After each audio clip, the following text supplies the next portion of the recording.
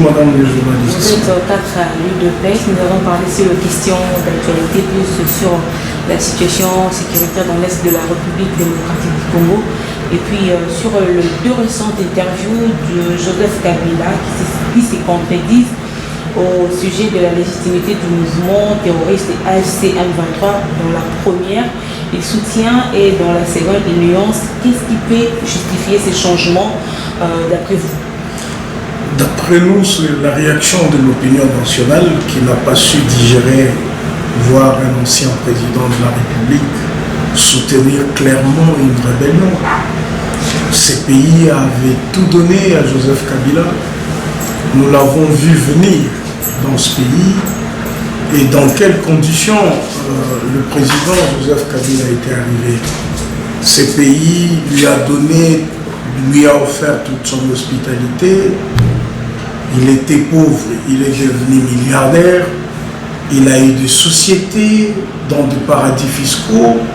Le rapport Bloomberg et les autres rapports les certifient.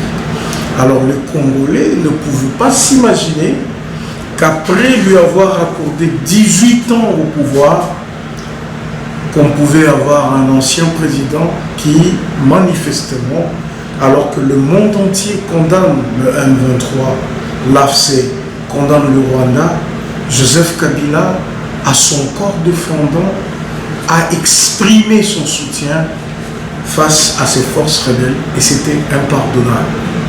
Aucun Congolais, soit-il opposant de Félix ou pas, ne pouvait pas se l'imaginer. Nous voyons qu'il y a des oppositions dans ce pays, mais la guerre, elle a intéressé tous les acteurs. Je vis Martin Fayoulou parler pour son pays, dénoncer l'agression rwandaise, rejeter l'offre de M23. Nous avons vu le président Mouzito le faire. Ce sont des Congolais opposants au régime de Félix Tshisekedi. Il n'y a que Joseph Kabila qui n'a pas compris que ce n'est pas Tshisekedi qui est visé dans cette guerre, c'est le pays.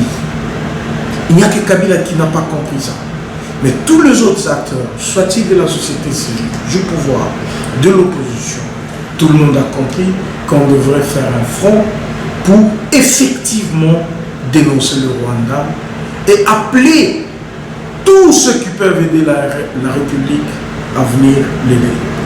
Et Joseph Kabila a déçu tout ce qu'on. Même quand il revient à charge, pour essayer de nuancer sa position, ça ne tient toujours pas. Il suffit seulement de parcourir les communiqués du bureau politique du PPRD. Je vous mets à défi, je mets les téléspectateurs à défi, de prendre cette déclaration politique. Ils vont se rendre compte que nulle part, je dis bien nulle part, moi quand je lisais ça, j'étais en train de chercher où est-ce qu'ils condamnent le Rwanda, où est-ce qu'ils condamnent l'homme 23, où est-ce qu'ils condamnent l'AFC. Ils ne l'ont pas fait. C'est un soutien à ce qui s'est fait à l'Est. Une autre preuve que ce que Joseph Kabila fait, c'est une machination délibérée, c'est que en dehors de Rwandais, dans le mouvement M23, tous les autres membres qui s'affichent sont du PPRD. Je ne veux pas vous parler d'Henri Magie, je ne veux pas vous parler de Béret Rouge, je ne veux pas vous parler de tous ces gens. Ils sont du PPRD. Ils n'ont jamais été exclus du PPRD. Jusqu'aujourd'hui. Ils s'affichent publiquement comme ayant décidé de prendre des armes. Est-ce que du PPRD par un communiqué? Vous dites? Est-ce que, par exemple, du PPRD par un communiqué pour dire qu'ils ne font plus partie du PPRD? Non, mais je vous dis, vous êtes journaliste, demandez, investiguez, vous allez constater qu'ils ne sont pas exclus de leur parti. Ils sont pas exclus. Ils sont toujours. Jusqu'aujourd'hui, vous avez les secrétaires permanents du PPRD, vous avez les autorités du PPRD que vous pouvez interviewer à tout moment. Le vieux Cambéré est toujours disponible pour des interviews. Posez-lui la question, qu'est-ce qu'ils ont fait d'Henri Magie? Alors qu'il s'est affiché publiquement avec les terroristes du M23. Ils n'ont rien fait. Donc, tout cela aidant, on se rend compte que non seulement le PPRD soutient la rébellion avec ces hommes, il soutient psychologiquement et même financièrement. Nanga, on sait qu'il avait recruté pour qu'il devienne président de la CENI. Ce n'est un secret pour personne. Nous connaissons qui a été le premier à défendre l'accord FCC-Cash, qui a été le premier à se fâcher quand il y a eu rupture. C'était Nanga Corneille. Et quand il parlait, c'était au nom de Joseph Kabila. Aujourd'hui, il représente la branche politique de ce mouvement terroriste. Donc, il n'y a plus de preuves à chercher. Joseph Kabila n'a pas besoin de revenir sur sa tribune. On avait suivi et tout le Congolais savent que Joseph Kabila soutient le M23. Joseph Kabila soutient le Rwanda. Et moi, je me demande, c'est le même Joseph Kabila qui a été pris au dépourvu par ce Rwandais en 2009.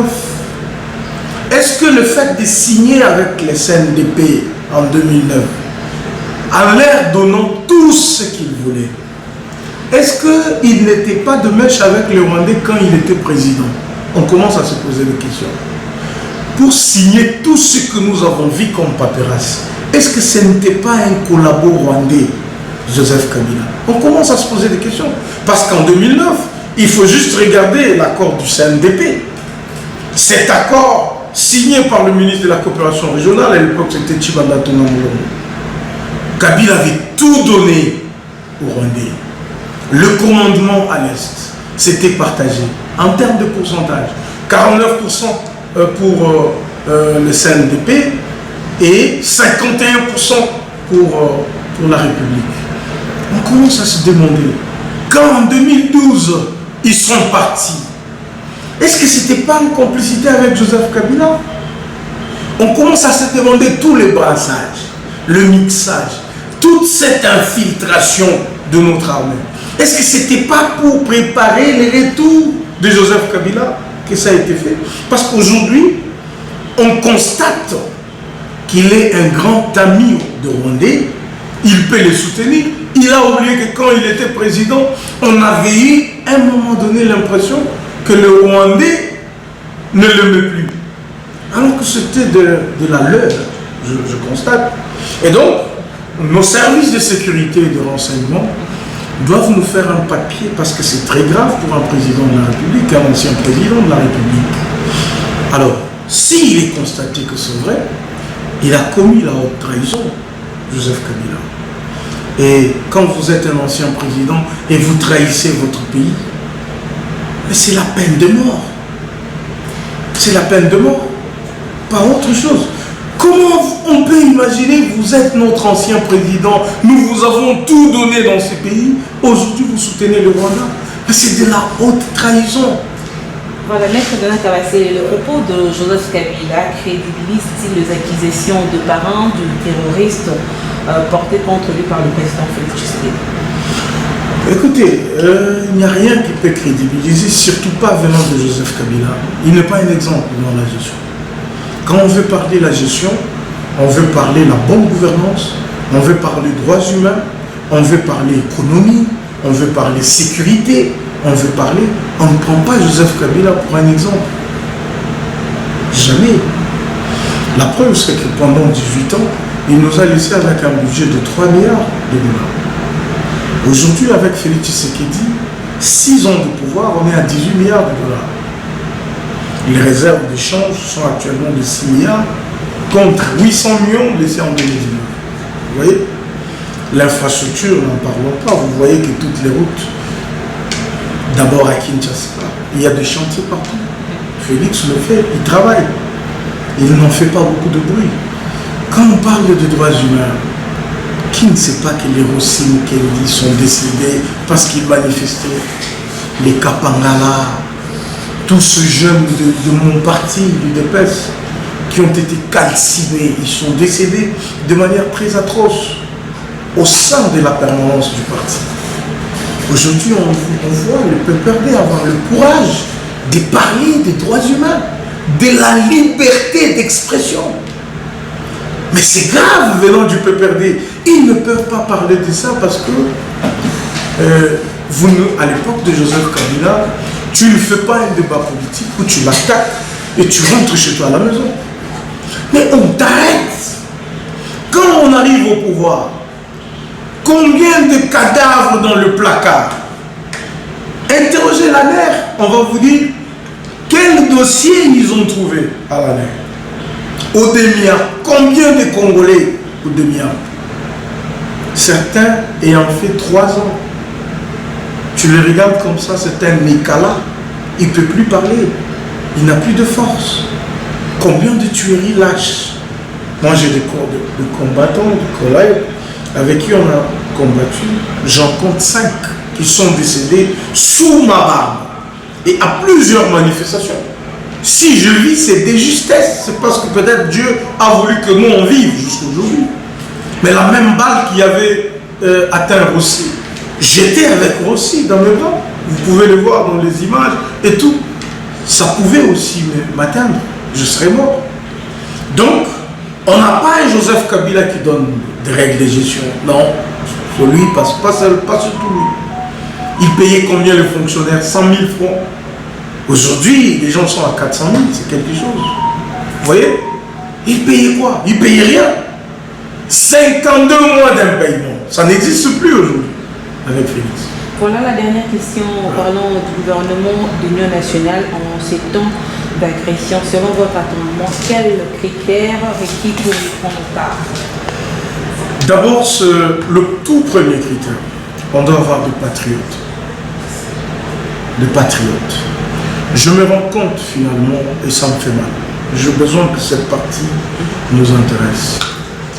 Combien ont été servis par le pouvoir de Félix Tshisekedi? Il a tout donné à certaines personnes. Aujourd'hui que nous sommes agressés, tout le monde s'était, tout le monde ne parle plus. Tu sais, dans leur tête, ils se disent, comme ils ont pris Goma, comme ils ont pris Bukavu, ils vont prendre Kinshasa, ils font la guerre du positionnement. Donc ils sont là au poste, mais ils ne peuvent pas parler, parce que pour eux, c'est fini avec le pouvoir, il faut passer à autre chose. Ils sont prêts à recevoir même le Rwandais, s'ils viennent, et à travailler avec eux. Tu vois, ça ne les a pas gênés de travailler avec Mobutu, Kabila père, Kabila fils. Aujourd'hui, ils sont avec Félix. Pas de gêne. Et ces gens, ça a été des DG, ça a été des ministres, ça a été des conseillers, ça a été. Certains sont venus, Congolais, mais ils ont fui le pays, certains. Parce qu'ils ont d'autres passeports. Parce qu'ils sont belges, ils sont français, ils sont anglais. Ils ont pris leurs enfants et leurs femmes, ils sont partis. Aujourd'hui, le président, il l'a déploré lors de la réunion de l'Union sacrée. Imaginez, avec toute l'Union sacrée comme nous sommes, le président n'a cité que 4 noms de personnes. Pour dire, regardez comment ils font, ils sensibilisent. Le président, c'est un homme bien. C'est comme ça que j'ai dit, le premier critère de ce gouvernement d'Union nationale, ça doit être le patriotisme. Les gens qui sont prêts à mourir pour leur pays. D'abord ça. Comme Martin Fayulu, Moïse Katumbi. Martin, j'ai beaucoup apprécié Martin. J'ai beaucoup apprécié sa prise de parole. Ça, je ne vous flatte pas. Je ne vous flatte pas. Mozito aussi, par exemple. C'est pas mal. Katumbi. Moïse Katumbi, s'il veut. Mais lui, ça a toujours été quelqu'un qui dit oui, 2 minutes après, il dit non. Vous voyez? Ça doit aussi être des gens constants. Viens le deuxième critère. Les gens constants. Tu sais, moi, quand je parle souvent, quand je fais depuis, vous connaissez depuis l'agression, peut-être je suis parmi ceux qui, publiquement, alors que tout montrait que c'était rouge, moi je m'engageais parce que moi je sais, je me bats pour mon pays. Je n'ai pas besoin que les Rwandais nous colonisent. Vous voyez? Je n'ai pas besoin que notre pays soit sous l'empire des Rwandais. Et j'ai décidé d'être avec le président Félix Tshisekedi, pas aujourd'hui. Vous le savez, notre lutte ne commence pas aujourd'hui. Tout jeune au centre de l'UDPS, jusqu'aujourd'hui, nous on est constants. le président peut compter sur nous. Vous voyez, nous sommes patriotes. On est constant. Vous voyez, on est déterminé. Et pourquoi ne pas apporter notre expertise dans le domaine qu'on maîtrise, comme le mine, comme les autres. Donc, le président a besoin de la compétence. Ça ne doit pas être des gens qui arrivent pour apprendre. Ça ne doit pas être des théoriciens, quelqu'un qui ne connaît que des théories. Non. Je vous donne un exemple. Dans le secteur minier congolais, quand je fais des conférences, des colloques, tout ça, quand on m'invite pour former des acteurs miniers et tout ça, mais je constate que notre pays perd 20 milliards de dollars dans le mine. Voyez-vous, j'ai dit 20 milliards de dollars dans le mine. Et quand je l'ai dit, moi je sais ce que je dis. Je ne blague pas. Je connais comment ça se vole. Je sais quels sont les acteurs de ce vol, comment ils s'enrichissent. Et comment ça se fait? Pourquoi? Parce que la fraude, la contrebande, bref, la mafia qu'il y a dans le mine ne nous permet pas d'y voir clair. Tout ce qu'on nous montre, on va dire, c'est le tout dernier, les déchets. Mais les acteurs bouffent plus que l'État. Les acteurs bouffent plus que l'État. Ouais. Et les miniers, mais pour eux, on va dire que c'est de la manne. Il faut activer le contrôle à deux niveaux. Un contrôle qui doit être électronique, je sais comment y mettre. Un contrôle qui doit être confié à un organe spécialisé. Le mine, ce n'est pas de l'argent. L'IGF peut contrôler l'argent et ses limites, mais les mines, ce sont des minéraux, ce sont des produits. Il faut le contrôler, il faut, comment on va dire, il faut connaître les mines viennent d'où et ça part. Il faut savoir ça. Jusqu'ici, on ne sait pas d'où ça vient, où est-ce que ça part. Vous avez des acteurs miniers qui vous disent qu'ils exploitent la petite mine, mais qui vous font à la fin de l'année un chiffre d'affaires de plus de 500 millions. Comment quelqu'un qui n'a qu'une petite mine peut faire un chiffre d'affaires de 500 millions? Ça veut dire qu'il a une grande mine, mais il déclare qu'il a une petite mine et il paye en fonction de la petite mine, mais lui, il gagne suffisamment d'argent. Et ça ne demande pas un théoricien, un praticien. Ça demande quelqu'un qui connaît le secteur. Il sait où est-ce qu'il appuie. Vous voyez? C'est comme ça qu'il y a beaucoup de choses à faire. Si nous arrivons à lutter contre la fraude, la contrebande, en passant par le contrôle, comme je l'ai dit, en y mettant du sérieux, en respectant le nouveau code minier de 2018, madame, tous les 18 milliards de dollars de budget attendu peuvent sortir seulement dans le secteur minier. Si nous avons une gécamine forte, la gécamine est en train de périr. Elle se meurt. La gécamine aujourd'hui, vous savez, sur les 100% de ses ressources, la production de la gécamine amène ne fût-ce que 3%. Ça veut dire une grande société comme ça. Elle produit moins que même les petites sociétés à qui elle donne des améliorations, des contrats. Elle a fait en 2024 2000 tonnes de colis. 2000 tonnes par an de colis. Quand une petite société à qui elle a donné, la gécamine a donné l'allocation, a fait louer un terrain, cette société te sort 50 000 tonnes. Mais toi qui donnes, tu fais 2000. Donc, elle est par terre, la gécamine, il faut la relever. Si la gécamine arrive à produire, elle peut rivaliser TFM, KCC, Moumi et tout. La gécamine, avec tous les gisements qu'elle a, elle peut rivaliser ces sociétés, donc produire plus de 600 000 tonnes, 500 000 tonnes de colis. Si on met des accents seulement dans ce secteur, moi je vous dis qu'on aura tout l'argent et ça permettra au président de la République de financer la guerre, de payer les enseignants et d'assurer la survie de notre peuple. Et ça, nous, on est prêts à soutenir le président pour ça. Merci. En étant ministre, sans être ministre, DG ou sans être DG, notre contribution, on peut à tout moment la mettre à la disposition du commandant suprême pour qu'il s'en serve. Merci. Je vous en prie, madame.